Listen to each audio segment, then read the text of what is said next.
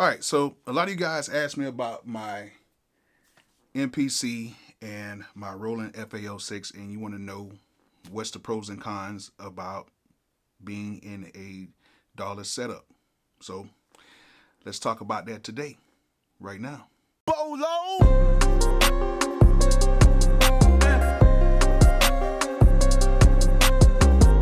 As you know, before we get started, make sure you guys subscribe, make sure you guys comment, and please turn on those post notifications so you will know the next time I have another video available. And at the end of this video, if you like it, hit that thumbs up.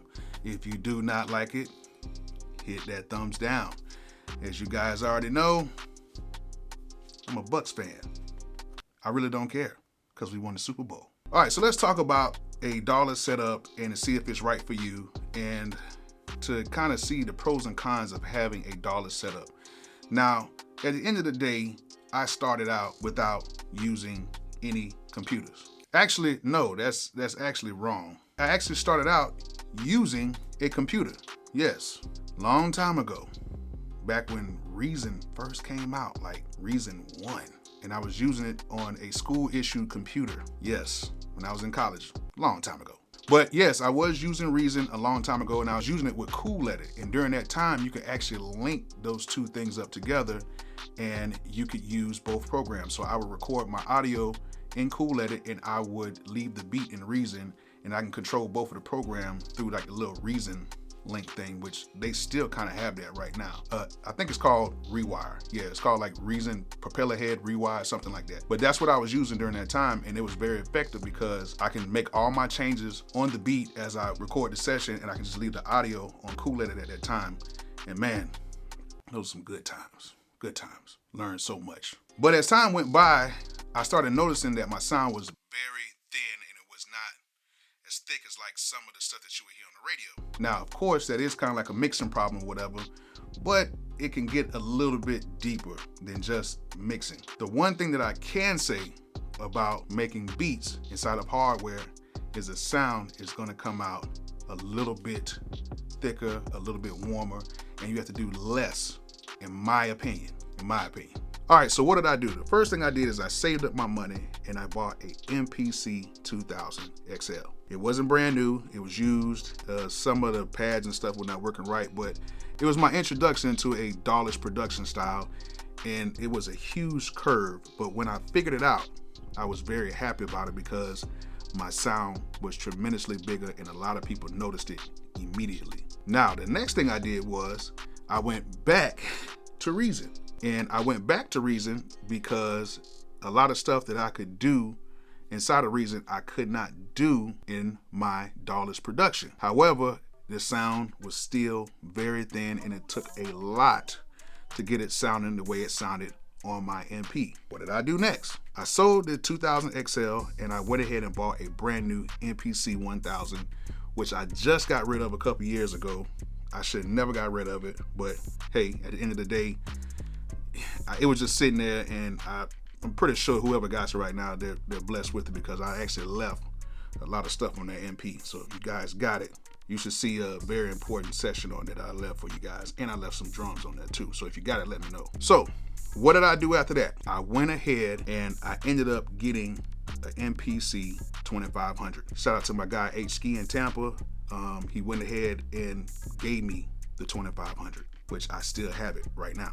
Here it is right here.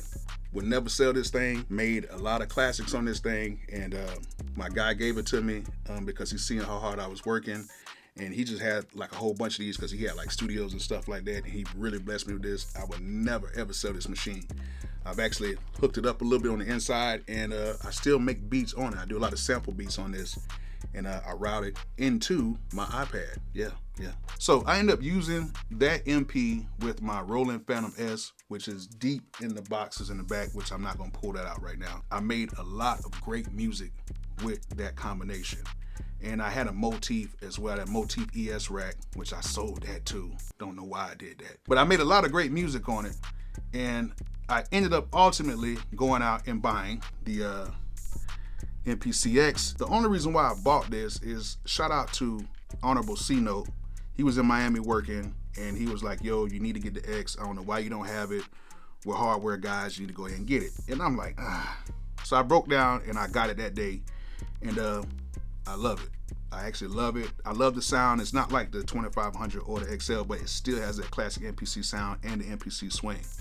And I went ahead and got the Roland FA06 last year, and I'm completely in love with this setup. Now, it's great because it sounds great.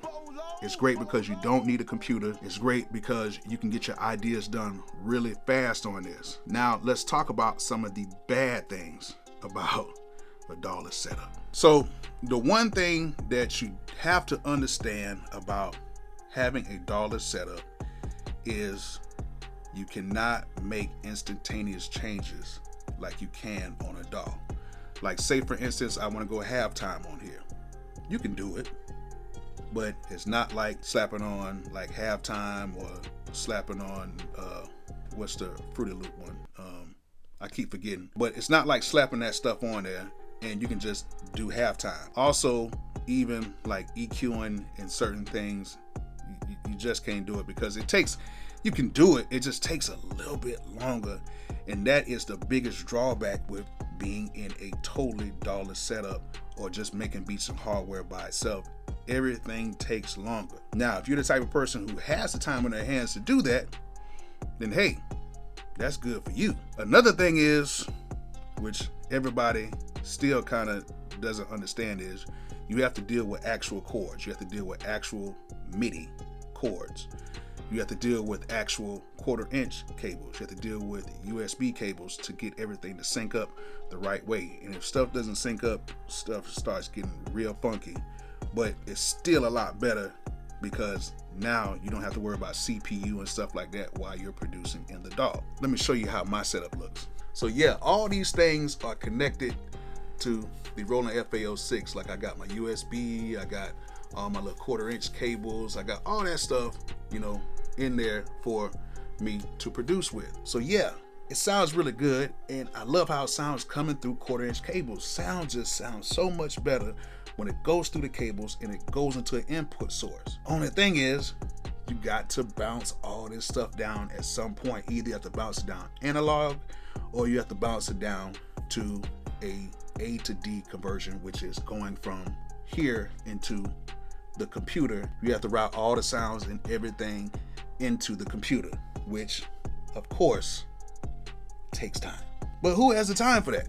Somebody like me, you know, I have the time for it because that's what I do every day. I just produce music, I record music, and that's my everyday job. I have the time to do it, but you might not have that time to do it. Everybody does not have that time. And of course, like adding effects and doing a lot of changes on the fly, it just takes a lot of time. I'm not gonna lie about it. But I can say this, when you do take your time in here, you do things, you figure out a lot of stuff that you never really knew about.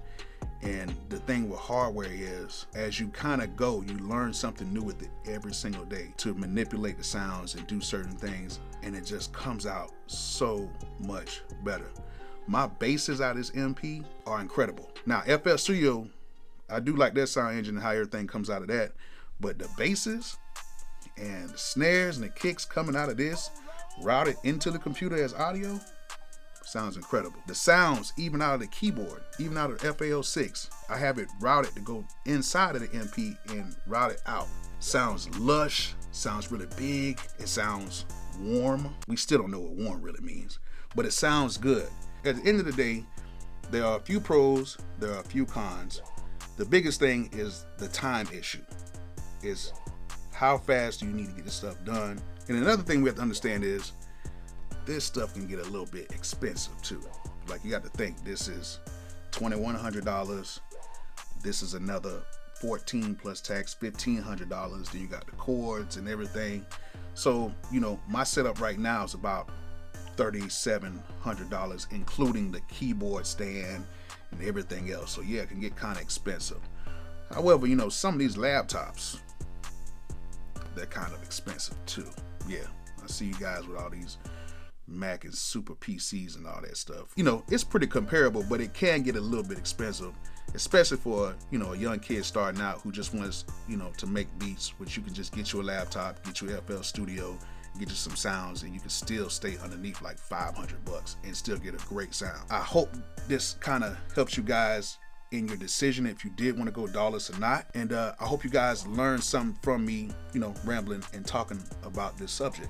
At the end of the day, it's all about making great music. Doesn't matter how you do it. People still use hardware, people still use software. But as long as you make great music, that's all that matters. So, hope you guys enjoyed it. Hope you guys learned something from it. And like I always say, peace out.